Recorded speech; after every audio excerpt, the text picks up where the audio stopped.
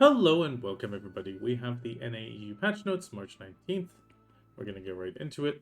So we have some class changes. Tamer on High Long, Roaring, they fixed an issue where the stun was applied on all hits instead of the first and last. Meiwa Black Spirit, the Cloud Stab, they fixed an issue where the forward guard and air smash were not applied.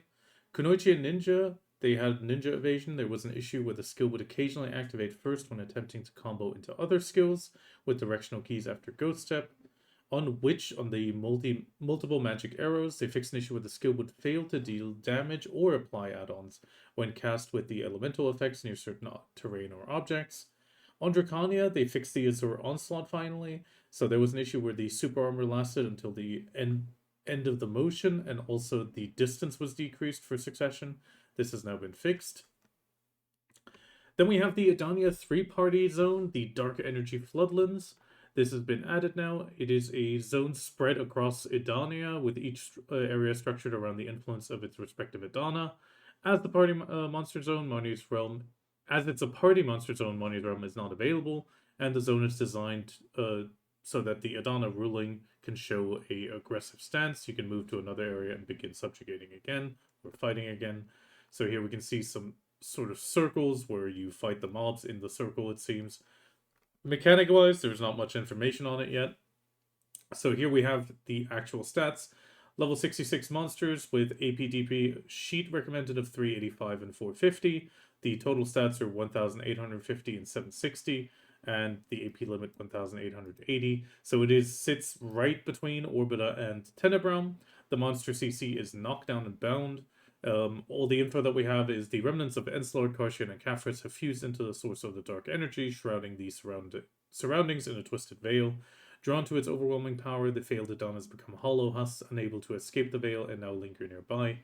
The moment you touch the source of dark energy, the magic within the veil will surge, and the crazed failed Edanas, stripped of reason, will begin a frenzied assault. Main loot is obviously the Deberekas that we've come used to in Edania. Then we have the Flawless Herald Crystal, the Han Crystal of Dusky Ruin, and the Silent Crystal of Origin. It seems that maybe only the full drop happens here, but we're going to have to see about the details of that.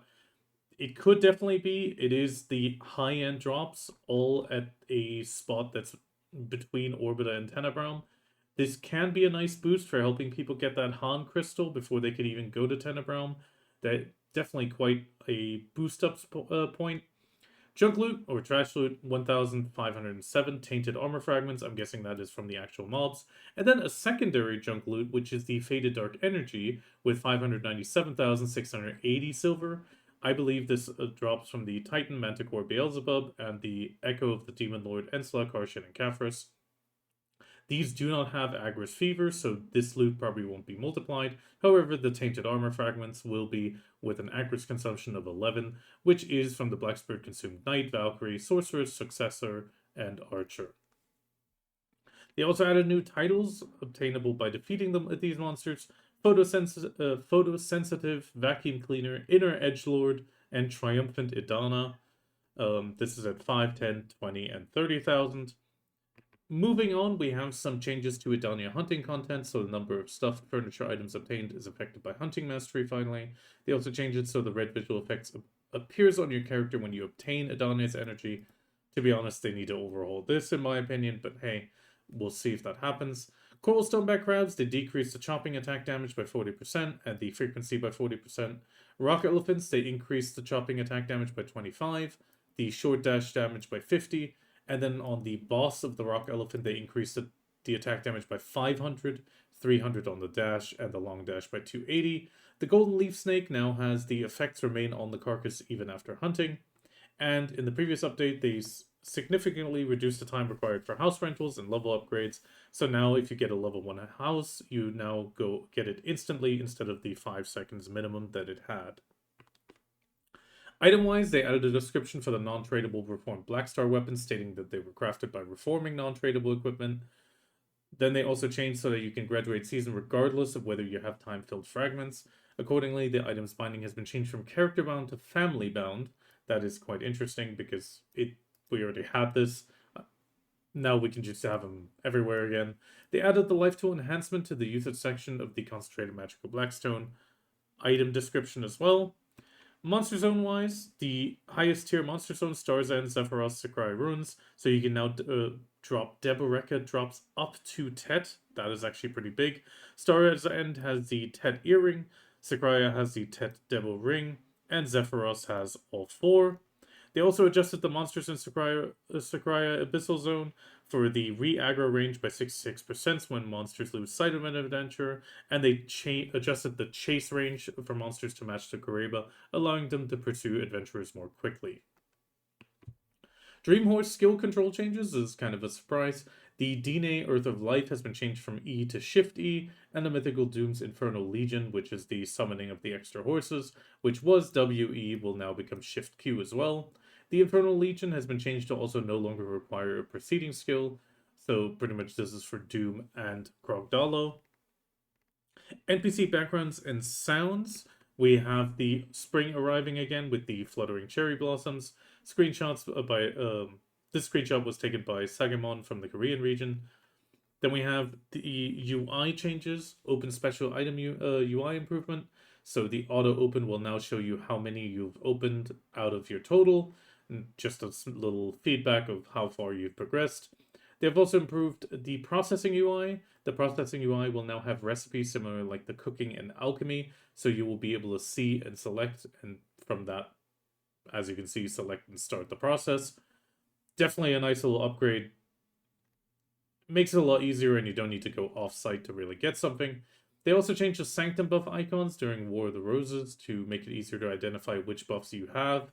System-wise, they changed the transport function for regions without node managers to transport characters to a location marked when using the right mouse button on the node, and they added a notification stating that you may apply for Blue Battlefield after the ongoing War of the Rose ends, because currently it just says this needs to be done by the First Legion. Then we have a small translation change. Cronstone Bundle 2 and Cronstone Bundle 10 is being changed to Bundle of 2 or 10 Cronstones respectively. Modifications and changes. There was some awkward things on Shy on the Tornado outfit, Seraph on the Ludicium outfit. Black Shrine Donghae solo, they fixed an issue where characters could die from attacks by summoned monsters even after Sangoon was defeated. Black Shrine as well, they fixed an issue where certain mechanics did not function correctly during Odokshini 8 to 10. Then they fixed an issue in the party one where monsters summoned during the Oturi battle could be targeted while invisible. They also fixed some issues where you could change weapons while using the capturing rope or the permanent one to tame a wild horse. They fixed an issue where the guild subjugation count was occasionally not recorded if the client closed during a guild subjugation. Fixed an issue where attempting to use the Abyssal Well while equipping a matchlock would prevent the transportation and opening the UI. They also fixed some issues on the skill demo NPC in the UI. Combat skill XP increase effects from Bongwang's tier were not displayed in the My Information. Then some extract outfit UI being awkward. Then they fixed some issues where preventing interaction of the knowledge object to the right of Nymphomare in Edania. Then they fixed some issues for the mortal danger alert not being displayed when the separable HP during Conquest War. Some NPC location functions for adventurers, some title fixes, or icons for the titles not matching. Standardized on how to obtain description format for Ultimate Combined Magic Crystals, the Crystal of Mysterious Darkness, Frozen Bitterness, and Brutal Decimation, and the Bongwang tier crystal, crystal, and the Heite and the Girin. They also fixed the Black Shrine UI to correctly display Trace of Thunderbolt and Faint Origin of Dark Hunger, which were missing from the Boss Blitz Rewards Odokshini description. Fixed an issue where Krokdalo, while in the Mythical Dina state, could use Flight, Dark Flame Steps, or Shadow of Hellfire when using Roar and Water.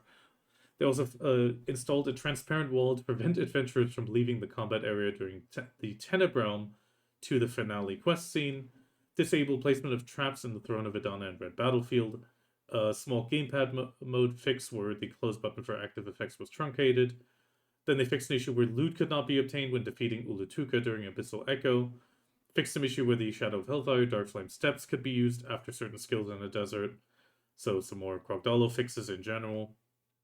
The fitness XP increase effect of the Sealed Ancient Book of Combat has been increased to 30%. Nothing really big. If you owned one, the buffed effect has been applied to all owned items. If you used it, there will be reissued the item based on the total amount used. They also fixed an issue where the Crocodile could auto-run from land to sea, automatically use sprint enabled. Fixed an issue where the S during Mythical Dina's protection of Akara caused it to run instead of fall. And they fixed an issue with the fitness XP increase effect. Well, again, kind of odd, but hey. With that, we're going in the events. We have the Patrigio Special Shop of Secret Boxes from now until April 2nd. There is some key items here mentioned, but hey, we're going to see it. He's only available during nighttime, so from 10 p.m. to 7 a.m. in-game. These are all of his locations across all cities. You can then talk to him, spend energy, and you will cycle through. You will get an item between the base price and the max price. Some of them are only worth at the lower price, and you don't want to pay too much. You obviously have the Velshart in here again, so if you are below, I think it was 15.6, you should be able to sell this for a slight profit. Otherwise, just skip it. You got the Box of Advice of Alex, 300, 250, 200. Garma's Horn, Mythical Sensors are back. Choose your Crocodile Horse Gear box for Wind, Sea, and Earth. Definitely a nice thing if you still want to get it and just spend a bit of money. Box of Royal Fern Root, Patrigio's Secret Box, which we're going to get to in just a second.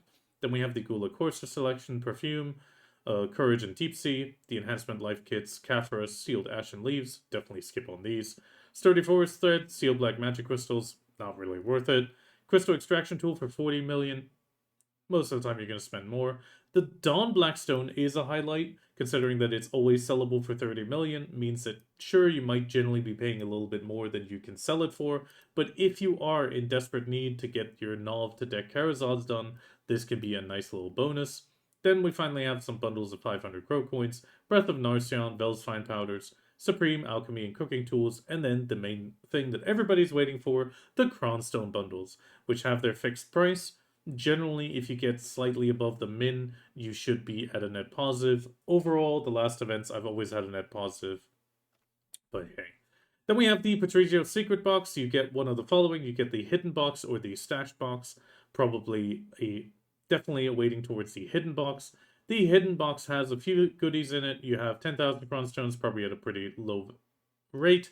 1,000 Cronstones, Silent Crystal of Origin. Choose your Resplendent Enhancement Box, a 250 stack, Shiny Gold Bar Box. Dim Origins of Dark Hunger, Resplendent Box of Valks. Landscape Paint, Silent Fragments of Origins times 3, Sturdy Forest Thread, Caphras, Sharps. A Patrigio Secret Box chance, and a Magical Shard and Cronstones again for 100. So aka you can just kind of loop this back and forth, possibly, but hey. If you get the Patrigio Stash Box, you get one of the following between 50 and 1,000 Cronstones. So here we have 50, 30, 10,000, 7,000, 5,000, 3,000, 2,000, or 1,000. Otherwise, you just have the standard Resplendent Enhancement Box, which has 700 Cronstones, so definitely also a nice little choice. Or the Sharps if you are so inclined. Then we have the Shiny Gold Bar Box up to 30,000 G. That is quite a hefty one if you get lucky. And then we have the Resplendent Box of Valks, as mentioned, which goes from 150 to 200. Then we have a slight little bonus, Co-op Ataraxian bonus rewards. So from now until April 1st, if you do the weekly Valmakea, Sikrikea, Yolonakia, and or Zekia fight, you get an extra 500 million. This is just a nice little bonus, so 2 billion for a dungeon run. Then we have the extra advance ticket for the weekend, March 21st and 22nd. You can claim an additional exciting 10th anniversary adventure ticket.